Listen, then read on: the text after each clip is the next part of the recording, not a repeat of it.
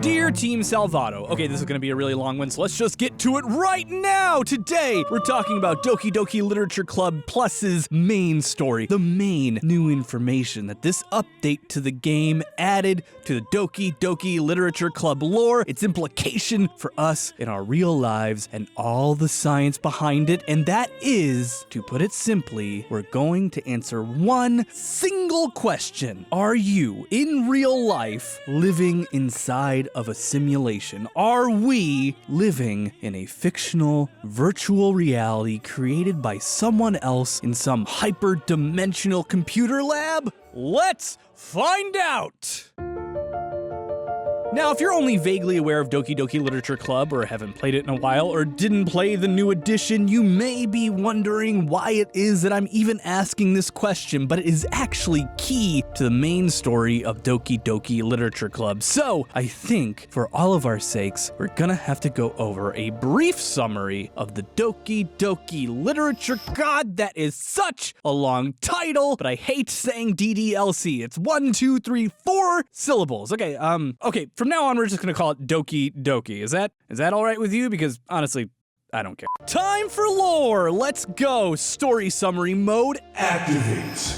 Doki Doki is a dating sim where you play as a player playing a dating sim. There's a few characters: Monika, the president of the literature club, Sayori, the vice president, Yuri, and Natsuki. At first, the game plays as a normal dating sim where you go through all the things, do all the dating sim stuff, pick the best girl, Yuri, try to get to know them, blah, blah, blah. Then, partway through,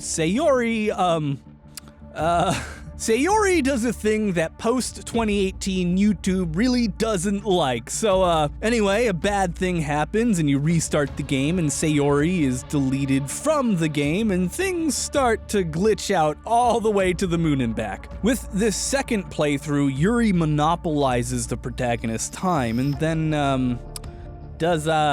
Wow, you know, it's really hard to say what happens in this game on YouTube. Anyway, some hashtag extremely great stuff happens, and it gets revealed that Monika has been behind all these horrible things going on. Although she didn't really do them intentionally, she is aware that she's in a dating sim, and what's more, she has administrative access to all the character data. She's been tweaking character profiles in the background to make them unappealing to the player, you, in order to funnel you into picking her as best girl, even though she's actually not supposed to be an official option. But tweaking personalities is a pretty difficult thing to pull off successfully, so these little changes she made people glitch out in extremely unpredictable ways after they scaled up exponentially over time. Kind of like how a little bit of caffeine makes me awesome, but too much makes me want to die. In the end, Monika sets explosives up on the fourth wall and blows it to smithereens, completely rewriting the game so Monika is the only girl left, and it's just you and her in some little pocket reality she cobbled together from spare assets that were just laying around. Eventually, you delete her character profile if you're an utter monster, and the conclusion of the game happens where everyone is back except for Monika. Sayori goes crazy, Monika was actually secretly there the whole time, and she blows everything up. Bam! The game is over. Fast forward a bunch of years to Doki Doki Plus being released, and it's mostly the same game all over again, but with some makes you feel good side stories that are technically not canon. At least they're not canon to the main playthrough of Doki Doki, but it's not the side stories that are interesting to me. It's the rest of the game, the boring stuff on the desktop. Matt's videos did a great job going over the meta stories, the hints of what's going on in various virtual machines, and if you haven't watched those videos yet, you totally should. They absolutely rule. We, however, are going to be focusing on something a little different, but still relevant, which means we gotta talk even more about the lore, but just not too much more, though. Monika. Sincerely, Doki Doki Plus takes place within a framing device. The main game is identical to the original, but it's now taking place on a fake computer desktop where you get emails, find notes, and all sorts of clues regarding a company called Metaverse Enterprise Solutions. It's not super obvious what exactly Metaverse does as a whole, but inside Metaverse is a little pocket group, a task force, Team Salvato. All right, is that confirmed canon? Well, they do call themselves Team Salvation at one point. Okay, whatever, stay on target. They are the people who, according to the lore at least, made Doki Doki. The thing is, Metaverse and Team Salvato aren't game developers. They're some sort of consulting client solution-based firm that's focused on business-to-business relations. Why do they have a dating sim on their hard drives? Well, that's because they don't. Doki Doki isn't a dating sim, it's a sim. It's a full-blown simulated universe, albeit a very small one, and it's inside of a virtual machine, and so are the little side stories. In fact, the side stories are control groups that are meant to give insight into the main Doki Doki sim, worlds where nobody in them knows they're in a simulation, so they all act normally. This gives the team an idea of what's different between the different sims, especially when they start to do things like give Monika administrative privileges and the awareness that she's in a simulation. And yes, that does basically make Monika Neo from The Matrix. You see, Monika isn't just in a video game, she's in a fully simulated reality. But why? Why do that? And why give her awareness of the fact and power over her world? Well, it's hard to say at first, but if you dig into the game's files and read the emails and notes left to team members of the secretive and possibly illegal Team Salvato, you start to get answers, nestled in between a lot of the narrative clues about secret characters and peeks into VM2. A few specific lines stand out. In emails like Let's Move On, they mention it's unrealistic for someone in real life to be granted a level of elevation even close to Monitor Kernel Access. Monitor Kernel Access being the long name for Monika. But the other emails are even more elucidating. In Staying Focused on Our Goals, they ask questions like, how does granting elevated access to the VM affect a person's values and goals? How is elevated access being weaponized? What actions and values most contribute to the destruction of the universe, and more importantly, how might your observations apply to our universe? Meaning they're exploring specifically what happens to people psychologically when they know that they are in a simulation, but more so what happens when they somehow gain power over that simulation. But that final line, how might your observations apply to our universe, is absolutely key here, because it shows that Team Salvato is trying to take what they learn about simulated realities and apply it to their world. But why? Well, to get to the root of that, we have to leave the realm of emails and enter the realm of secret files, specifically DDLC.txt and projectplan.txt. DDLC.txt is mostly a rough game plan of how to pitch Doki Doki as a video game to the public to justify all the company resources that have been spent on it. They list a lot of marketable selling points, but the most interesting one is the second one. Learn through the existential crisis of others how to cope with your own simulated universe. And in projectplan.txt, which is a more detailed overview of the actual virtual machine project, we have create human readable version of Fabric benchmark results, suggesting we live in a simulated universe. All of these snippets from the notes coupled with the emails, plus the general themes of the game itself, all collate into one simple idea. The team at Metaverse, at the very least, if not Metaverse itself, and possibly the whole world Metaverse is in, suspects or even outright knows that they live in a simulated universe, and they're trying to use their own simulations to figure out if there's anything they can do about this. Why? Who knows? To gain power, make money, that's likely something we'll find out in a future Salvato game, but the truth here is clear. Metaverse and Team Salvato are working under the assumption that they live in a simulated reality. And I guess in a way, they're right. If Doki Doki was considered a simulated world on our hard drives, then this desktop game, which is simulated on our drives and consoles, and in turn is simulating Doki Doki, is a world within our world in which the world of Doki Doki lives. It's mind-bending stuff, but here's a question that springs to mind. What if Doki Doki is a world within a world within a world within a world? Are we in a simulation? And if we were, could we prove it? Maybe. Maybe. You wanna try? Me too.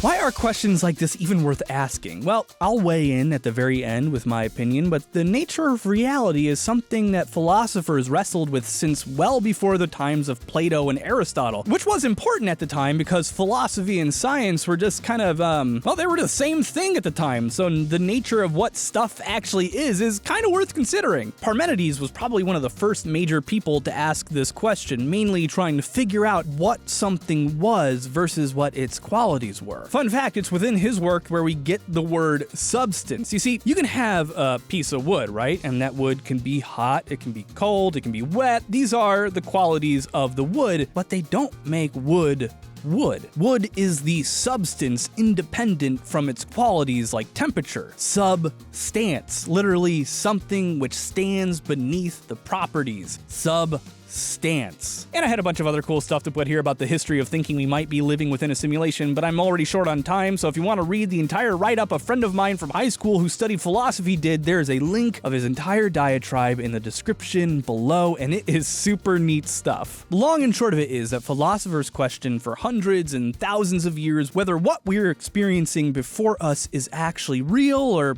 some kind of illusion. It started with just wanting to know what the nature of stuff was, but continued on because the question never got adequately answered to anybody's full satisfaction, so each new wave of philosophers has thrown themselves at this question trying to resolve it, each having mixed results. The newest iteration of this theory is the simulation theory, or the simulation hypothesis. But we're not philosophers here, we're armchair scientists. Is there any way we can experimentally prove conclusively whether or not we in our real world are living within a simulation or not? That way we can avoid all this pesky thinking stuff and just arrive at a simple yes or no answer. And the answer to that question turns out to be, maybe. In 2017, several scientists published a paper titled On Testing the Simulation Theory. The study operates on one major assumption, that if we are living within a computer simulation, that thing running the simulation has limited resources. This is the main assumption because if the simulation running our world is finite, then it would make sense that it has to cut some corners when it comes to relaying our experiences to us. This means that the content of the simulation, or in this case, reality itself, is rendered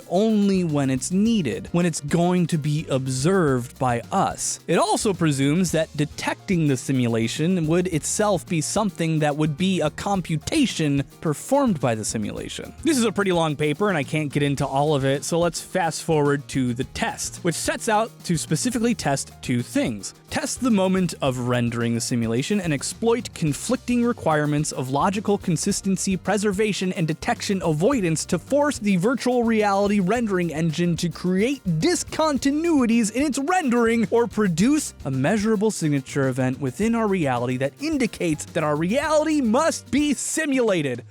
Wow!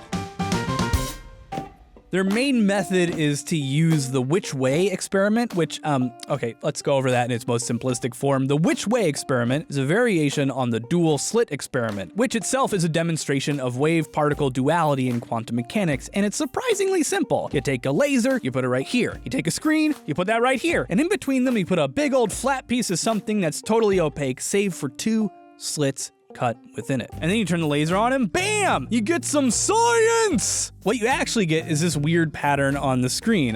Why does this happen? Well, it's because light is a wave, and as waves travel through narrow gaps, they create new circular waves that ripple out, almost as if they were from a fresh light source. Then these waves will interact with one another as they move forward. When waves hit each other, they kind of do some weird stuff. If a peak hits a peak of the same type, then the waves interact constructively, meaning that their intensities add together. If an opposite peak hits a peak, however, they interact destructively, meaning they zero each other out. This is why you get these alternating dots of high intensity and low intensity. The bright spots are where two new waves added together constructively, and the dark spots are where they interacted destructively. The light hitting the screen is what's called a wave function collapse. It's a phenomenon in quantum mechanics where, when you measure or observe a particle, aka if it really interacts in any meaningful way with the world around us, that probably ballistic position that it was in collapses to a single point, even if only briefly. And it's this phenomenon that researchers in the paper are trying to take advantage of to prove whether or not we live in a simulation. And I'm gonna be honest with you, a lot of this is over my head and above my pay grade, and I don't like to say wrong stuff if I can help it, but in short, the proposed experiment is an attempt to take advantage of the limitations of computational power and logic to force a contradiction between the subjective recording of the which way experiment and the objective recording, depending upon a complicated series of wave function collapse measurement points where something that's meant to show particle patterns upon observation shows a wave pattern and something that's meant to show a wave pattern shows a particle pattern. Then the simulation server, the game engine, would have to adjust its rendering to the intent of the experiment to avoid creating a paradox, which we would then be able to measure. Phew! So, that's the thing that exists. Does that make sense to you? Doesn't make sense to me. So, would it work? Would it finally prove that we live within a simulation? You know what? Who freaking cares? I'm serious. If we live in a simulation, big if, it's a really, really good one. What fundamentally changes about my life if this is just electronic signals, if I'm just a tiny computer program running on a processor? I can't change it. And this world is certainly real enough to me that it matters. It's real by just about every definition of the word real that we have. It's like Rhea said in her email in Doki Doki Plus. So if I'm keeping track, we have what, like 5 different universes in total, with 3 or 4 of them created and then destroyed by Monika, of course. It's funny, I keep wanting to speculate on which one is the real universe, but in reality, they all are. As real as ours is, anyway. Could I even escape a computer server if I were in one? Doubtful. And why would I want to? This world has coffee and all my friends in it, and given that we can't meaningfully prove either way, I mean, I have serious doubts that we're ever going to be able to find proof of a simulation using wave function collapse experiments. We wouldn't be able to escape even if we did prove it. This world is what we got, and it's just as real as the word real. What's the functional difference between being in some sort of string theory computer server or being in a universe where a big bang happened and a bunch of particles set up the initial conditions of our universe, and the rest of existence is just like everything playing out according to the rules of quantum mechanics? Is this video less real if it was made, written, and recorded in a universe where we're just playing out the logical conclusions of the energy and matter states that were set up during the Big Bang billions of years ago? Or if it's just some computer floating in space? I personally don't think so.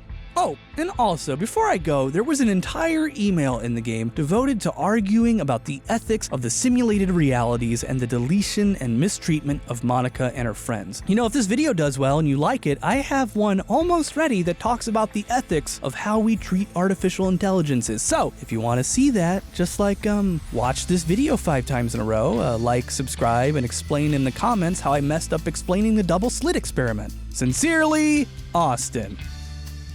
And I have to give a huge shout out to our amazing patrons at Patreon. We have so many new faces this week, and thank you guys so much for supporting the show. And I want to give a personal shout out to our array of high-level donors like Juan Santamaria, Riley Huber, Mars the Man, Mad Lad 616, John Rozak, Greyhawk, Mads Jurgensen, Miss Kendra, Ronald Coleman, Adam Barber, Alan Hagers, Emma Sims, Francis Gagnon, Royal Gaming 16, Edidam TP, Dan Robb, Nicholas Spillinger, Marissa Resnick, Nick Patterson, and Loretta Mazurf. If you would like to help our show keep on going, then you can join these people and others at patreon.com/thescienceyt. We just started doing a bunch of live streams again, and it's been a hoot!